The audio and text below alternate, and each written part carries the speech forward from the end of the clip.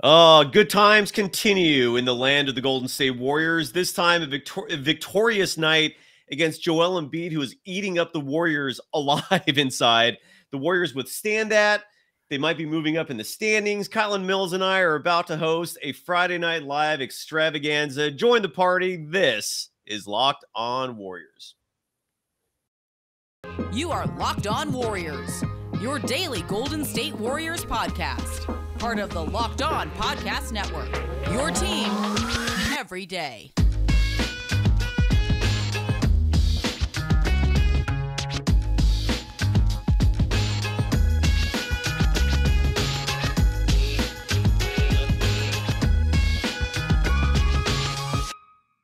Thank you for making Locked On Warriors your first listen every day. We're free and available wherever you get podcasts. You can follow Kylen Mills on Twitter, Instagram, and TikTok, and probably a lot more at Kylen Mills. You can follow me, Cyrus Saatsaz, on Twitter at Dog Surf Roadshow.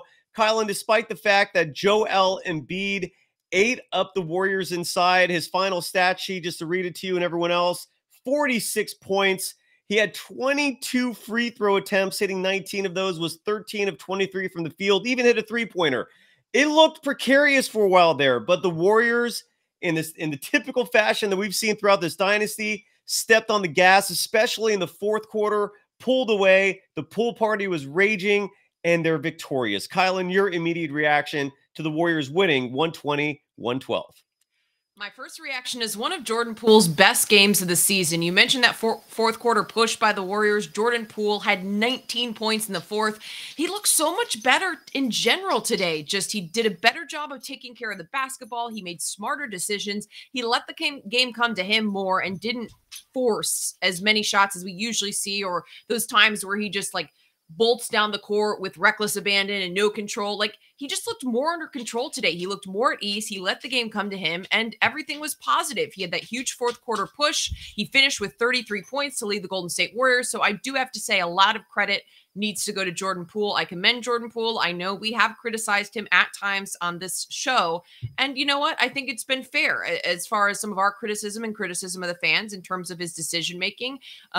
But I thought today he was on point, and he was a big reason why the Warriors got this win. So that's my number one encouraging thing to take moving forward. And the second was the fact that the Warriors responded in the fourth quarter after a brutal third quarter. To be honest, earlier in the season, when the Warriors have come out and not played well in the third, which we've talked about has been kind of a strange anomaly for them this season, they just give up. Flat out. The fourth quarter, they come out and they just don't even show signs of life at times. But today it was a totally different story. They came out, they battled. And so that's just something that I think is a great sign to me as far as what the chemistry, the intensity of this team is at, where the team is at right now, is that they came back and they battled back and they showed some perseverance after a rough third quarter, which is not the way this team has played all season. So I think it's a great team win. It's a really positive win. Granted, they were without James Harden, so you do have to acknowledge that piece, but you're still going up against Joel Embiid, one of the best players in the game. And now I know Joel had a lot of points in the big picture in the game, but down the stretch in the critical minutes of the fourth quarter, the Warriors came up with a couple of huge stops with Kevon Looney and also Draymond Green one time coming over and helping double Joel Embiid, and the Warriors defense came up when it needed to. That was also huge. Absolutely. And you know, in a lot of ways, I was thinking about the James Harden absence, and I was kind of thinking to myself that might even help this 76ers a little bit in this game, just because it forced them to go to Joel Embiid play after play. Tobias Harris was also relied upon a little more, and he had a great night as well. I think he poured in 23 points. On 10 of 12 shooting. But the Warriors, again, in that fourth quarter, just surged, and they played with the urgency we're normally accustomed to, that we haven't seen a lot this year. It's crazy. Like in the fourth quarter, you could feel the pressure from your TV screen, from your living room, for wherever you were. You could feel the intensity. And those are the moments where the Warriors, I feel like, thrive the most. Like those moments don't rattle them. But then you look at Philadelphia, like you said, the pressure was tightening, the intensity was rising. And Philadelphia, I thought, did not respond, whereas the Warriors did. You know, I actually decided to do some research on the Warriors' third quarter struggles this year. Went back to every single game and every single box score. The Warriors in the third quarter this year have a losing record. They're 34-40-1, meaning of the 75 regular season games this year, the Warriors have outscored their opposition in the third quarter 34 times. They've been outscored 40 times, and they've had one third quarter where they actually tied the opposition. It is weird. I mean, we're 75 games in. Any theories on why the Warriors this season are not a good third quarter team? That's totally against what their normal ethos. What do you think about that? Early on in the season, I thought it was just a little bit of a lack of hustle and a lack of intensity from the players coming out in the third quarter. It seems like they just came out from the locker room asleep. Now we're seeing a different Warriors team late in the season, and I think we have in a majority in that, as we saw tonight, they're able to rally in the fourth and come together and bring out that energy and intensity. So I don't know that that's necessarily the case right now, but my immediate thought, if you're talking about two teams, and one team is playing significantly worse in the third quarter, is what are the halftime adjustments the coaches are making or aren't making in order to counteract whatever their opponent did in the first half. So to me, that's initially what you think of when you think of there being a huge discrepancy in third quarter performances between one team being really good and one team being really bad, is what are the adjustments that the coaches are making tactically, rotation wise, whatever it may be in the third quarter. And then you also got to look at what personnel are they rolling out in the third quarter. Is there a common thread or a common theme? I think someone already pointed out in the comments here that Anthony Lamb was the reason the third quarter cratered. He did get quite a bit of time in the third quarter, but that is something else to look at. Is there a common thread with the personnel and the rotations that the Warriors are bringing out after half? And is that a possible, common thread again, or a reason? Or to me, like I said, it lends itself to what are the changes that are going on at halftime coaching wise, and why is one team, it seems, outsmarting the other with those adjustments that are being made after half. Totally. By the way, your dog has the case of the itchies, and you can hear his collar right now, and that's making my dog bark. Can you hear Bubs right now barking in the background? Oh no! Wait, he can hear that really on this mic? Yeah, I can hear the jingle from your dog. I love it. And my dog Bubba, aka Bubs, aka Bubba Fett, aka Bubba Ganoush, aka Bubba Fooey, Bubba Booey. Yeah, he'll rattle a little bit there. You know what was weird tonight, Kylen, is that everyone here who watches this show regularly understands my sentiments about Kerr's use of the two-way players this year. If you're a brand new viewer, I have not been very happy about the minute distribution, how uneven it's been. But tonight was one of the rare nights where, given the Warriors were relatively undersized, with Philly having Tobias Harris out there, and obviously Joel Embiid, I actually was wondering, where is Anthony Lamb? I thought they could have used him in that fourth quarter a little bit. Anthony Lamb had a relatively meager night when it comes to minutes. He played 11 minutes total. And shooting wise was 0 for 2 from 3, only had 2 points. Were you feeling the same way too, or no? Was I alone in that? You were alone in that. I wasn't asking where Anthony Lamb was in the fourth quarter by any means. And I know you kind of pointed out some of the rotations you felt like tonight were wonky. And I felt like that at points all season, but whatever happened in the fourth quarter worked. So I was rolling with it. And I certainly wasn't necessarily missing Anthony Lamb, but I do think you've got to give a lot of credit to Kevon Looney, Draymond Green, and then also Steph Curry came up with 8 rebounds in this game. A couple of those late in the fourth quarter, and those critical possessions, all of a sudden it was Curry coming up with the board. And you're like, what? But the Warriors really came together as a team and crashed hard. That's one thing that stood out to me. Kevon Looney ended up with 10, but also Green had 7. Curry had 8. Klay Thompson had 6. Dante DiVincenzo had 3. JaMychal Green had 6. So it was really a collective effort on the glass to out-rebound the 76ers, even if Philadelphia was bigger. And I think that's critical for the Warriors' confidence moving forward, as they are a team that's not going to be bigger than many opponents in the NBA. They can win that battle on the glass. Absolutely. And one interesting stat, too, besides rebounding, as you mentioned, the 76ers had 38 total rebounds. The Warriors had 49, so they out-rebounded them by 11. And then points in the paint, a stat that the Warriors usually lose.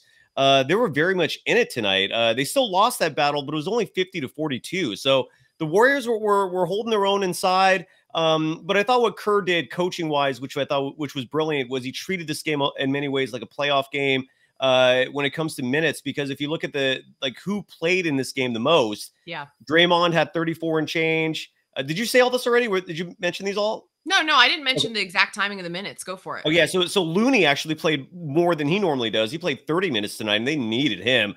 Klay had 36 minutes. Steph had 38 minutes. And then Jordan Poole played 32 minutes. We've been seeing him play a lot less, especially when it comes off the bench. He's normally more in the 25-minute range. So that's who got the bulk of the minutes. Jonathan Kuminga only played 15. When we come back, we'll talk about his struggles. He did not do great, but at the same time, I think part of that was just the burden of dealing with the Philadelphia 76ers defense, which is one of the best in the NBA, and just having to defend Joel Embiid. I mean, that task did fall on Kuminga for part of this game, and that'll wear you down a lot. We also got some sound to play and so much more. First, got to give some love, though, to FanDuel, the official sports book of the Locked On Podcast Network, and, of course, Locked On Warriors. March Madness is here. The tournament is heating up. Aztecs for life, baby. My alma mater, San Diego State, defeated the top seed in the tournament, Alabama. This tournament is heating up. Is your Kylen, you went to a D2 or D3 school? Is that correct? What's your alma mater? Who are you reading Division II, Lewis University. If you follow the Miami Heat at all, it was the school, at least temporarily, or for 1 season, 2 seasons of Max Strus. Oh, well, there you go. All right. Are you doing? I asked your hubby Charlie if he has a stake in this because he went to, I think, He went to Ohio. University. Mm-hmm. Yeah. Okay. So, are either of you rooting for anyone specifically in this tournament? Well, I'll tell you what, my bracket is busted. Thanks to Houston losing today. I mean, like Alabama and Houston, I had in the finals, so I'm over it. As far as rooting for anyone, man, anyone who's left, no. But I do adopt teams in different places that I've lived. I cheer on certain teams. I'm cheering for Gonzaga, I will say. I think that they deserve to go all the way. They've been the 1 seed the last couple of years, have kind of choked in the tournament, honestly. So, you know, I wouldn't mind seeing West Coast Conference school come through and make it on the big stage. Totally. And when it comes to March Madness, obviously people love to bet on it. And there's no better place to get in on the action than FanDuel, America's #1 sports book. And right now, FanDuel is giving new customers a no-sweat first bet up to $1,000. That's, again, $1,000 back in bonus bets if your first bet doesn't win. Just go to FanDuel.com/locked-on and sign up today to claim your no-sweat first bet. Then you can wager on everything from the money line to point spreads to which team is going to cut down the net, all on an app that's safe, secure, and super easy to use. So don't miss your shot at a no-sweat first bet up to $1,000 when you join FanDuel today. Just go to FanDuel.com/locked-on to sign up. Make every moment more with FanDuel, the official sports book of Locked On and the NBA.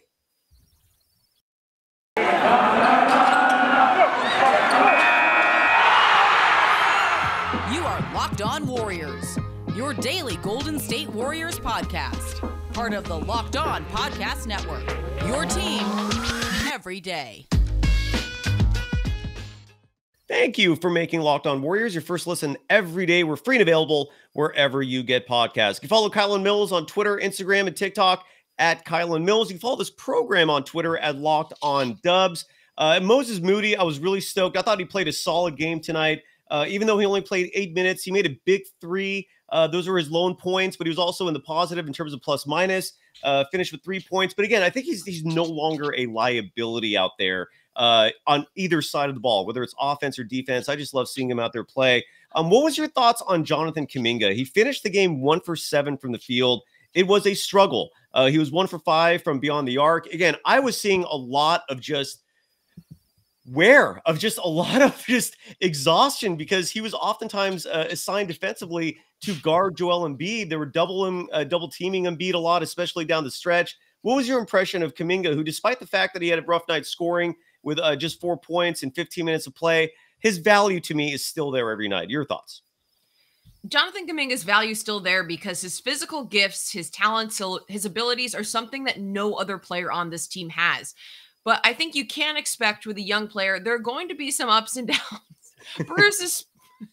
Bruce's comment, I'm sorry, is making me crack up. The door was closed for the record, and during that last ad break, one of my dogs pushed the door open. And like, granted, it maybe like wasn't latched all the way, but like push the door open. So my apologies. My dogs want to get in on the party because they heard how much fun we're having talking about this Warriors victory. But to me, Jonathan Kuminga's value doesn't change because he's the only player that has the set of physical gifts that he has. However, with a young player, it's not surprising when you do see him have some ups and downs. He's not necessarily going to be 100% consistent every night because he's still so young.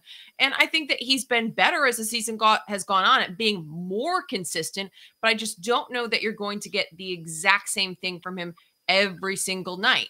So, it doesn't concern me. I think he still has some value. It wasn't maybe his best night. I think Jonathan Kuminga needs to be aggressive in attacking the basket. He's absolutely outstanding when he is playing aggressive. But I'm not worried about him at all. I think that, it's going to happen with a young player. And we have a full-blown dog party, except for your Bubba is sleeping. How can he be sleeping at a time like this, Cyrus? That's not true Warriors fan right there. He falls asleep in like seconds. Bubba's a fraud. Bubba, do you want to say hi? Bubs. Hey, Bub. Bubba Gadoosh. Hey, buddy. Say hi to the audience. Oh. There you go. That's Bubba Foofy right there for you. Yeah, that's my dog. People were asking for him to make his debut. And by the way, my dog has learned how to open screen doors on its own, which is not necessarily a cool thing for a dog to learn, but he knows how to do that. It's crazy. Very interesting. Yeah. Very scary. So when I hear your story about your dog just opening the door, I get it. Some dogs are really smart. Yep. Why don't we hear from Draymond Green? The theme of the night was absolutely Jordan Poole and a great night for him. Kylen, you mentioned the box score. I'll go off on the stats a little more, but first let's hear from Draymond, the man who punched Jordan Poole back at the beginning of the season. None of us are ever going to forget that. Talking about his teammate Jordan Poole. What did you guys get out of Jordan, especially late? He was incredible. He was aggressive from the time he came in the game. I think he did a great job of picking and choosing his spots. And then also on the defensive end, he was incredible. I think, that's one of the next steps for JP and his growth is locking down on that side of the ball. And it's not that you have to be a lockdown defender either. But just give consistent effort on that end. And he's growing as a young guy in this league, and, he's starting to give more and more consistent effort. And, that called for him being great on both sides tonight. And he was one of the main reasons, one of the main guys carrying us to that win. Yeah, and I thought the defense especially showed up late in the game. I forgot who. I don't know if it was Melton or if it was Maxey who was attacking the paint, trying to drive for an easy score, and there was Jordan Poole staying right in front of him, playing tough defense. It was absolutely awesome. Wonderland writes real quick. Let's talk about how Moody took Dante's minutes, referring to Dante DiVincenzo in the fourth quarter after slumping these past few games. Kerr with his baby steps. Absolutely. I just love the fact that Kerr is starting to have more faith in Moody and is playing him more as we're seeing the postseason approach. Sunday's game against the Timberwolves. We might see Gary Payton II make his debut. The report is that he's going to be practicing with the team tomorrow. The scrimmage is the last step before a player getting clear to actually play. What are you anticipating, Kylen, when we see Gary Payton II possibly suiting up and making his debut this season for the Golden State Warriors Sunday? It's going to be fantastic to see Gary Payton II back in a Golden State Warriors uniform. His backstory is incredible. What he's gone through this season specifically has been incredible. And now to get traded and then have to sit out for so long with adductor issues and the aftermath of an abdominal surgery, it's going to be so great just to see him come back full force with a team that he loves so much. He's been very open with how much he loves the Golden State Warriors. However, it's also very exciting because of what Gary Payton II brings to this team in terms of perimeter defense. The Warriors need perimeter defense. It's been one of the biggest areas of concern throughout the season, and Gary Payton II will help fill the void. I also think it's going to be very scary to see Gary Payton II and Dante DiVincenzo potentially on the floor together as two of the best on-ball defenders, in my opinion, in the NBA. So that's going to be exciting. Also, a couple people mentioned in the comments something I do agree with and want to mention. I think Dante DiVincenzo has looked a little bit tired and worn out in recent games. A couple people are mentioning he's been slumping maybe in the last couple games. and that he looks tired. And I think that's a big factor. Dante DiVincenzo has had to fill a major void in light of Steph Curry's absence. He's had to step into the starting lineup. He's had to play a ton of minutes. We mentioned the Warriors already struggling defensively. So Dante does carry a huge defensive load night in and night out, and especially has down the stretch of the season. As I mentioned, the Warriors have dealt with some injuries in their backcourt. And so I think it also will be great to add Gary Payton II into the mix to try to give Dante DiVincenzo some rest in terms of being the Warriors, lead perimeter defender, or at least a guy who's going to be looked to with a pretty heavy burden. So exciting also for that reason, because I think people are spot on in saying that Dante has been not maybe playing up to his usual standards, but he may actually be tired. That could be a thing. And Gary Payton II should help alleviate some of that and maybe give a little bit more rest to Dante. You're absolutely right. I agree with you. Dante DiVincenzo this season is averaging 26.5 minutes per game, but over the last 10 games, you're right. He's had to fill in when Curry's been out. He's had to fill in with the Wiggins absence today, I believe, or tonight was Wiggins' 18th game in a row he's missed now. So over the last 10 games, his minutes has gone up to 29.5 per game. So there's absolute validity in terms of the notion of Dante DiVincenzo wearing out a little bit. I was laughing at Ed Garcia's chat. Ed writes, the comment section needs to apologize to Jordan Poole and repent for their sins of slander. Repent, you sinners. Repent. I just like that word. So yeah, Jordan Poole had an awesome night. Just to rehash what he did out there, 32 minutes and change, 10 of 19 from the field, 6 of 11 from beyond the arc, 33 points. He added 3 rebounds, 3 assists. The only thing I think if Poole figures out how to make this a consistent thing, because he followed this up with a performance where I think he was like 1 for 7 from the field. If he figures out a way to make this a night in, night out occurrence, he will personify greatness, because that's usually what the difference is between a player who is good and a player who is great. A great player does it every night. They're not on one night, off another night. The consistency is the vital variable there. But an absolutely great night from Jordan Poole. And in fact, let's hear from Steve Kerr about where is it? Right here. Here we go. About Jordan Poole's performance tonight. Kerr thought it reminded him of the playoff version of Jordan Poole. Here's Kerr. Our post-game crew, he feels like he's rounding into playoff form. What does that look like for Jordan, and what does it mean for the team at large? Yeah, I mean, he had such a great playoff run last year, had so many big games for us, and,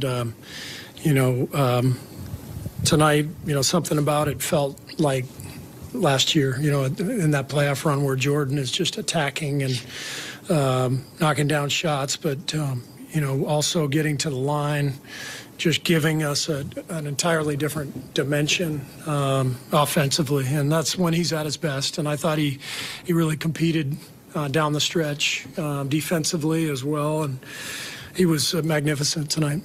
Yeah, he was. I would agree with that. Magnificent is apropos. Warriors Muse, a Twitter account which provides a lot of information. Kylen, you're mentioning it's a relatively young individual who runs this account.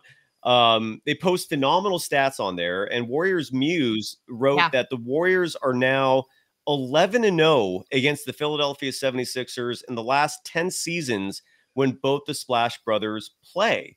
The last time the Warriors lost with both Splash Brothers. Wait, hold on. This is worded weird. It writes, the last time both Splash Brothers lost, Andrew Wiggins and Joel Embiid were still in high school. I don't know what that means exactly. But the point is, the Warriors, I believe, or maybe they're not undefeated. So the last time they lost with the Splash Brothers, Wiggins and Joel were both still in high school. Sorry for butchering that entirely there. Again, just a fantastic night. You look at your pups even all excited running around back there. I was yelling at Charlie to get them out of the background because my dog started doing this little growl that he does when he wants attention, or he goes, "Arr," and I was like, oh no. And so real quick now, looking at the standings to wrap things up, the Clippers right now are the 4 seed because the Suns lost tonight, I believe, to the Sacramento Kings. So the LA Clippers right now, so the top 3 is pretty much set in terms of who it's going to be. I mean, we don't know for sure. I mean, the Nuggets, I think, are safe to say are going to be the number 1 seed. The Grizzlies are the number 2 seed right now. They have a 2-game lead over the Kings, who are the 3rd seed. So in all likelihood, that's going to be your top 3, regardless of what the order is. It's 4 through everything else that's completely up in the air. Right now, the 4 seed is owned by the LA Clippers, who are 39-35. The Phoenix Suns are the 5 seed. They're a half game behind the Clippers at 38-35. And then the Golden State Warriors are still technically in the 6th seed, but they're tied in terms of wins and losses with the Phoenix Suns. The Warriors have played 2 more games in Phoenix. They have 1 more win and also 1 more loss than Phoenix. But both Phoenix and Golden State are a half game behind the Clippers for the 4 seed. There's now 7 games left to play. This thing is tight. They play a relatively huge game Sunday against the Timberwolves, where we're really hoping Gary Payton II makes his debut. How are you feeling about the Warriors as we go into the stretch run? 7 games remaining. Do you want me to read off the schedule real quick before you answer this question, or do you have an inkling as to where you think the team's going to lead? Yeah, I have a couple inklings, and I also have the schedule in front of me too. Well, here, I'll read it off since we're on the subject now. So the Warriors host the Timberwolves. That's going to be another big game. They host the Pelicans. They host the Spurs, then go on the road at the Nuggets. That's a game that I've had circled for a while. That's going to be really interesting to see what happens. Then they play the Thunder. They host the Thunder back at Chase Center Tuesday, April 4th. They face the Kings and Blazers to close out the season. Those games are both on the road. Looking at the schedule coming up, I feel good about where the Warriors are at. I also feel good based on the fact that other teams in the West are losing. Like, what's going on with the Dallas Mavericks? They're like spiraling all of a sudden. And after that Kyrie trade, there was all this buzz that suddenly the Mavs were going to be contenders. Apparently they're pretenders because they have been struggling lately and the Warriors just took them down. And it seems like other teams in the West are continuing to be inconsistent. So at this point, I think looking at the schedule, these are a lot of winnable games for the Warriors. That Kings game now becomes huge based on the standings. Nuggets, another game that's going to be a really good litmus test for the Warriors. And then looking at the rest of these teams, like, I don't know that I feel real concerned. I mean, you've got the Thunder and Spurs in the mix. You should feel good about those 2 matchups, the Trailblazers to close out the season. And then it's the Pelicans and Timberwolves, who are both teams that will at least be somewhat competitive, but still, I think that the Warriors should have the edge. Right now, I feel very good, and I think Warriors fans should too, because of the way this team is playing right now. I mean, they've now won 3 games in a row. They're clicking. They're playing with intensity. They're playing with energy. It's similar to how they looked during that 5-game win streak when they had that homestand. Then all of a sudden they went on the road and it just totally disappeared. Well, now it seems to be back, and they have won 2 straight on the road. And this might be the exact push the Warriors need and are looking for going into the postseason to gain a little bit of momentum. If they finish out these last set of 7 games strong, I don't know that I'd want to play the Warriors in the postseason. I don't know if I'd ever want to play the Warriors in the postseason. This is a dynasty that's going to go. Kylen, you and I are someday going to be super old in our 70s, 80s, 90s. We're going to have children and young adults coming to us going, "What was it like when you watched the one of the greatest dynasties anyone's ever witnessed?" We're going to tell them how amazing it was. It was one of the most dominant 10-year, 12-year, 15-year runs in NBA history. And we're going to absolutely talk about the dynasty continuing in the year 2023, I hope. But no, I certainly wouldn't want to play the Warriors. The Mavericks thing, I've been saying this for a while. That trade to get Kyrie was dumb because you gave up some quality players, some long wings, players who played defense, and you gave that up for a head case who, yes, offensively is a wizard, but he's not a great player. He's not a great chemistry guy. I thought that was one of the dumbest things ever. And then for Mark Cuban to do that protest after the last game against the Warriors, the fact that the Mavericks are now 11th in the Western Conference, that's karma, man. If gods exist, they're striking. They need to repent. What was that word? Was that repent? The Mavericks need to repent for the sin of that protest. That was absolutely absurd. So yeah, the Mavericks right now, I don't fear the Mavericks at all. It wouldn't surprise me if they fell out of this thing altogether. And then the Lakers are looming at 37-37. The Lakers are a team, if LeBron comes back healthy and Anthony Davis is healthy, I wouldn't want to play them either. Like they've actually, I think they're like 4 or 5 games above 500 since they made the trade to get like Jared Vanderbilt and D'Angelo Russell. That is not a team I want to face either. I'm not super worried about them if I'm the Warriors, if the Warriors are healthy. And when I say healthy, I mean Gary Payton II and Wiggins. But yeah, I mean, if you're the Warriors, don't have to worry probably about playing the Lakers in the early rounds. Anyways, so yeah, it is fascinating to see what happens there. I want to mention real quick, and I'm reading from my phone this because Steve Kerr was asked during pregame from our friend Ryan Leong, who's been a guest on the show a couple times, and he volunteered to ask questions on behalf of the Locked On Warriors program. And he asked me before today's press conference, do you want me to ask Kerr anything? And I was like, yeah, bring up Moody again. Ask him why Kerr, even if Moody's having a great first half, we don't see him again. Like, what goes into that decision? And he asked, and Kerr gave a generic answer. So the question again was, when Moses Moody is productive, why does he still see a drop in minutes? And why do we sometimes not see him in second half of games when he has a great first half? Kerr responded with a quote unquote generic answer and said he makes these decisions based on how the game is going. So in other words, Steve Kerr just is how he feels. And that's that. So, I guess Kerr just has to feel like the game is going in a way where Moody should play. But Moody did play in the second half tonight. That was cool. I just like seeing him out there. So that was good. And look, a win's a win. I don't care how you do it. Just win. I just, yeah. Anything else? I feel like real quick, JaMychal Green, I thought had a great game. I didn't want to end this show without mentioning him just because he played 13 minutes. He was playing some mean inside minutes against Joel Embiid, but he also was 2 for 3 from beyond the arc. And those threes were huge because those threes were occurring, I believe, in moments in the game where the 76ers had the lead and they were on the verge of pulling away and really making it difficult for the Warriors to come back. So JaMychal, who stands 6'8", 6'9", for him to go 4 for 5 from the field, 2 for 3 from beyond the arc, also grabbed 6 rebounds in only 13 minutes of play, scored 12 points tonight. Kudos to JaMychal Green. Great game. Anything you want to add about JaMychal or anything else as we wrap the show up tonight? I tweeted out that after the first half, JaMychal Green had 10 points, 5 rebounds, which were both second best on the team.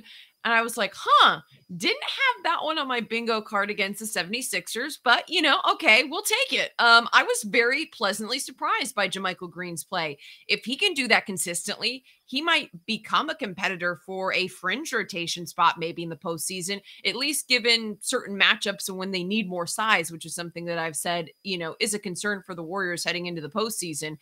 But I think he's had a couple good performances lately. This was certainly one of them. I thought he played really strong inside. He contributed once again on the boards, on the glass, which is an area the Warriors surprisingly won out against the 76ers. And I mean, I'm not mad about it. I was not expecting that. JMG has been pretty inconsistent this season, but he's looked good recently. He looked good today. And so, we'll see if that continues. Absolutely. Well, I think I'm actually going to the game Sunday. My good friend FP Santangelo, he was nice enough to invite me on his program on KNBR tonight, and then he brought up Sunday's game. He's like, "Come to the game with me," and I was like, "All right, fine. I'll leave my house for once, because I never leave my house. I don't like to leave my house. I like being home, but I'll go to the Warriors game. I'm going to hang out with him, so I'm going to go to the game Sunday.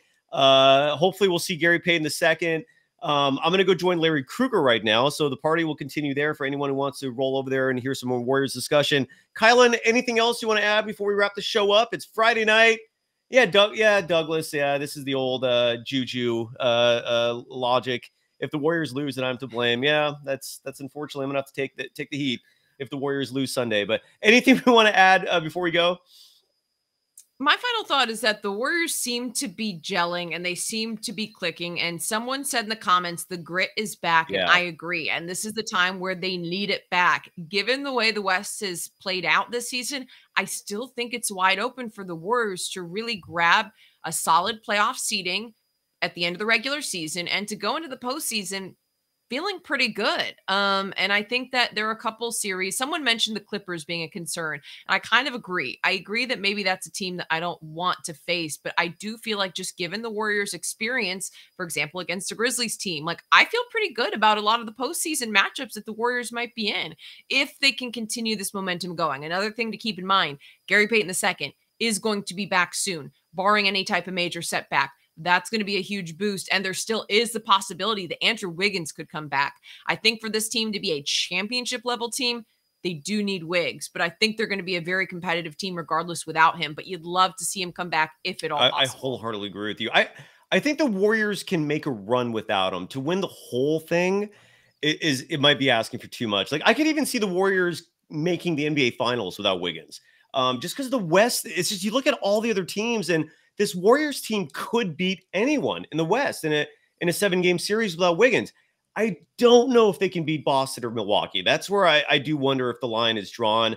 Let's hope that's not the case. Wiggins still could come back. No new news there. By the way, at the bottom of the screen, I have the Krug Show rolling as a ticker in case you want to come continue there. Kylen, I know you're calling it a wrap, right? You've had a long week. I don't blame you. I'm calling it a wrap. But thank you, Carlos Austin, who said in the comments, great job, Cyrus and Kylen. Love your mix of passion and analysis. We do appreciate it because, it does take some level of passion to spend a Friday night on talking to yourself, talking to a computer screen. But I appreciate all of you guys, and thanks for putting up with my dogs, to all the people watching on YouTube or on our live stream, because y'all are family. So you get to come inside my office with me, and sometimes that means the dogs crash the set. It is what it is. And honestly, like until we learn more about Paul George, I'm not even. Without Paul George, I don't think the Clippers are a threat. That's true. And we don't know yet what's going on with that knee. They ruled it a hyperextended knee, but that looked so bad. And until I see him back in the court, playing effectively, I'm going to assume that he's gone for a while. And so, yeah, we'll see what happens. But this is Warriors basketball, right? It comes together at the right time. And here we go again. So 7 games remaining. Again, the Warriors victorious tonight. Final score, 120-112. And the Warriors, even though they're technically the 6th seed right now, they're just a half game behind the LA Clippers for the 4th seed. So we'll see how that goes. Follow us on Twitter again. Locked on Dubs is the handle. That's where we announce when we're recording shows, when we're live. But until then, folks, have a great weekend. Stay safe out there. Hopefully there won't be any rain for once. Yeah. Is that it? We good? We out? Bye, everyone. Take care. The Warriors. Later.